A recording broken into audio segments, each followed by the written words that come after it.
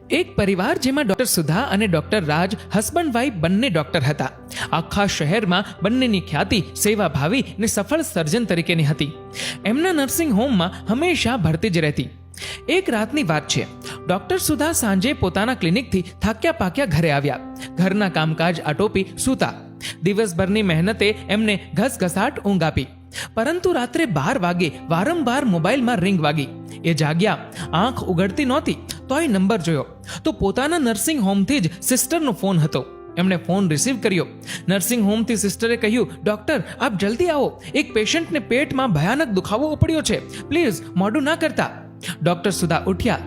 કમનસીબે ઘરમાં આજે ડોક્ટર સાહેબ પણ ન હતા. નાની ઘોડિયામાં સૂતેલી દીકરીને જોઈ એકવાર થયું કે હું જઈશ ને આ જાગશે તો એને દૂધ કોણ પીવડાવશે. પણ પાછો તુરંત પેલી પીડાતી સ્ત્રીનો વિચાર આવ્યો ને ડોક્ટરે તુરંત હાથ ધોયા ને એક બોટલ દૂધ ભરીને ઘોડિયામાં મૂકી દીધી.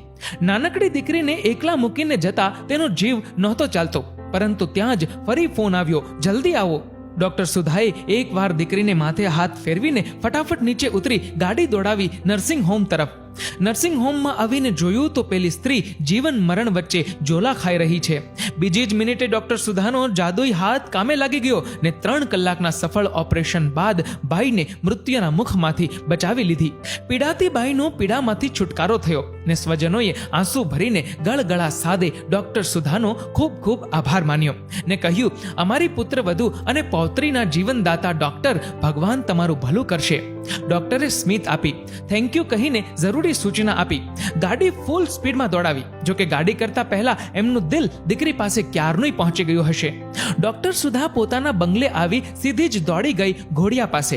ઘોડિયામાં બાળકી નિરાંતે સૂતી હતી. ડોક્ટર સુધાનો જીવ હેઠો બેઠો. પરંતુ ત્યાં જ જોયું તો બાજુમાં ખુલ્લી બેગ પડી હતી. કપડાં વેરાયેલા હતા, તિજોરી તૂટેલી હતી, એક પોટલું બાંધેલું પડ્યું હતું. ડોક્ટરે તુરંત પોટલું ખોલ્યું તો એ દાગીનાની પોટલી હતી. ડોક્ટર સુધા હેપતાઈ ગયા. ગભરાતા પગે એ સૂતેલી દીકરી પાસે દોડ્યા. એને હેમખેમ જોઈ જીવમાં જીવ આવ્યો. ત્યાં જ ડોક્ટરની નજર દૂધની બોટલ પર પડી. દૂધ ઘણું બધું ખાલી થઈ ગયેલું હતું. ડોક્ટરને થયું, આ બધું શું? ચોર ચોરી કરવા આવ્યો? કશું જ લીધા વગર ચાલ્યો ગયો?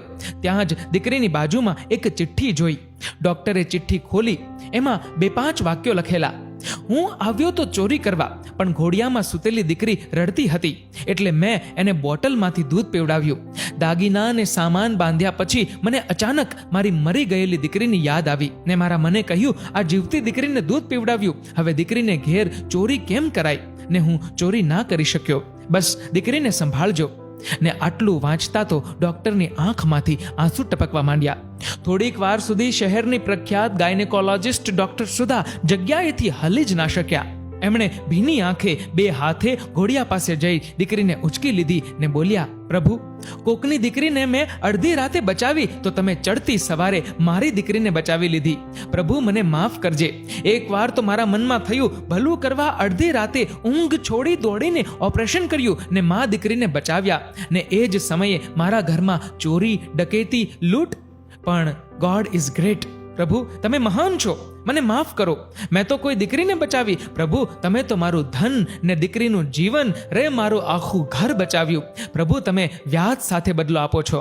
ને ડોક્ટર સુધા ભાવાવેશમાં પ્રભુના ફોટા સામે કર જોડી ઘૂંટણીએ પડી ગયા ને બોલ્યા, તારી દયાનો નહીં પાર, તે તો વિસાર્યા મારા દોષને.